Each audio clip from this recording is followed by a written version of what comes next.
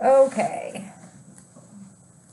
When we ended yesterday, Lorenzo had just given them the painting that he only had the background done on and told them they could take it home and paint what they wanted on it. Remember that?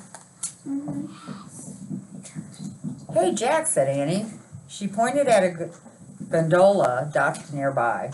Gondola. It looked like the same boat that had brought them to Carnival the night before.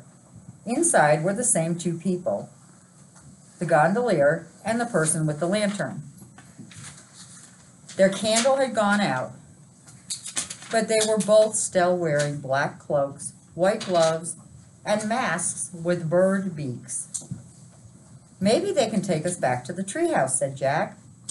Excuse me, Annie called. Can you give us a ride back to the island? Annie pointed across the water. The gondolier nodded. Great, said Annie. Bye, Lorenzo, thanks. She and Jack hurried to the landing where the gondola waited for them. Chapter 9. The painting. The gondolier silently helped Jack and Annie into the boat. Then he untied the gondola and pushed off from the landing. As the boat glided through the shallow waters, Jack looked back at Venice. Bathed in early sunlight, the grand lady of the lagoon did seem timeless. The gondola moved around the bend and up the narrow canal near the walled garden. The gondolier tied the boat to a striped pole. He then offered his gloved hand to Annie to help her out of the boat. Annie climbed out, and the gondolier offered his hand to Jack. As the gondolier helped Jack onto the landing, the boat rocked in the water. Jack tripped, pulling the glove off the gondolier's hand. Oh, sorry, said Jack. As he handed the glove back, he gasped. On the gondolier's finger was a pale blue glass ring. Before Jack could say anything, the gondolier pulled his glove back on and pushed the boat away from the landing. Hey, Jack sputtered. Teddy, Kathleen, wait, come back. Neither of the masked people looked back at Jack and Annie. Teddy and Kathleen? Where? Said Annie. His glove, it came off.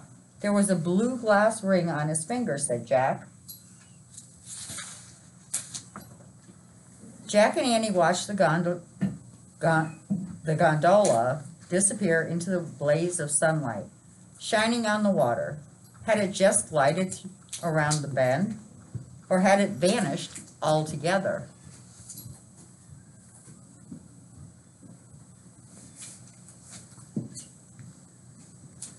Are you sure it was them? Said Annie.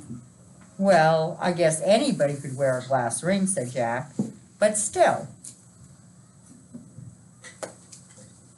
Maybe Morgan and Merlin told them to watch over us, said Annie. Yeah, to make sure we'd be safe, said Jack. And be patient and follow instructions, said Annie. Right, said Jack. Well, Venice wasn't destroyed by a flood, so I guess we passed our first test. I think we did, said Annie. With Lorenzo's canvas tucked under his arm, Jack led the way into the walled garden. Annie followed him to the rope ladder. When they climbed into the treehouse, Jack pulled Merlin's letter from his backpack. He unfolded it and pointed to the words, Frog Creek. I wish we could go there, he said. Goodbye, grand lady of the lagoon, said Annie. The wind started to blow. The treehouse started spinning. It spun faster and faster. Then everything was still, absolutely still.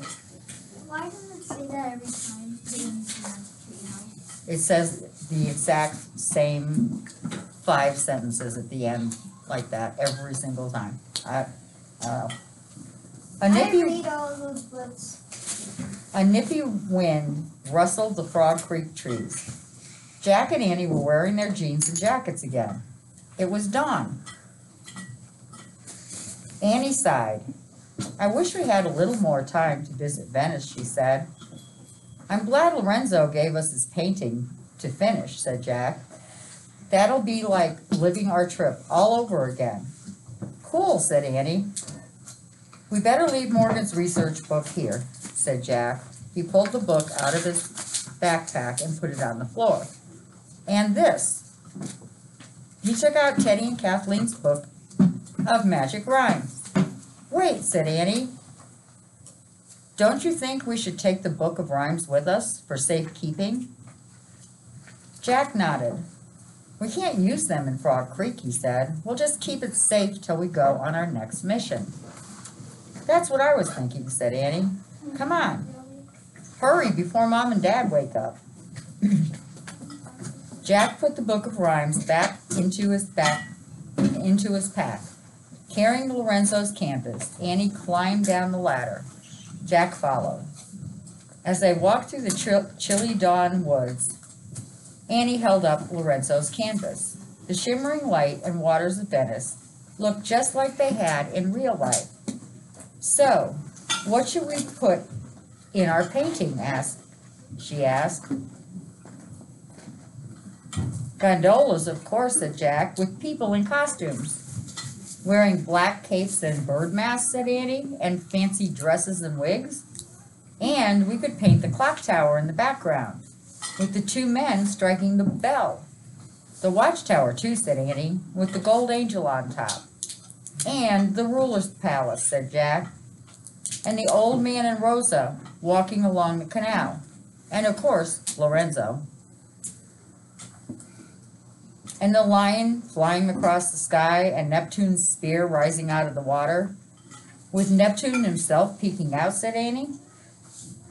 We'll show just the top of his head and his mysterious eyes. That's a lot of stuff for one painting. We didn't even put ourselves in yet, said Annie. We'll paint ourselves on the back of the lion, said Jack, wearing our clown suits and red slippers.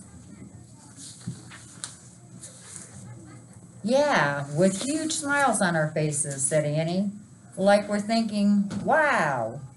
Jack laughed. A chilly dawn breeze swept through the bare trees. The bells of Frog Creek Church began to chime. Jack and Annie took off running for their home. The end. Now we get started.